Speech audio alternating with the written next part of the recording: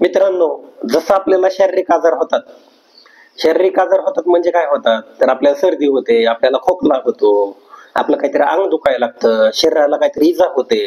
ज्यावेळेस शरीराला काहीतरी इजा होते त्यावेळेस आपण डॉक्टरकडे जातो. डॉक्टरकडे जाऊन त्याची ट्रीटमेंट करतो. आपण सर्दीवरच्या गोळ्या घेतो, खोकल्यावरच्या गोळ्या घेतो.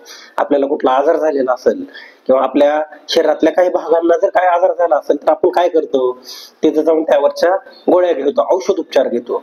तसंच आपल्या मनाचं बी आहे. तसंच आपलं मनाचं आरोग्य किंवा आपलं मानसिक आरोग्य धोक्यात आलं तर उपचार घेणं गरजेचं आहे. जसं आपल्या शरीराला अवयव असतात तसे आपल्या मनाला बी काही छटा असतात. मनामध्ये विचार असतात, मनामध्ये भावना असतात, मनामध्ये काही फिलिंग्स असतात.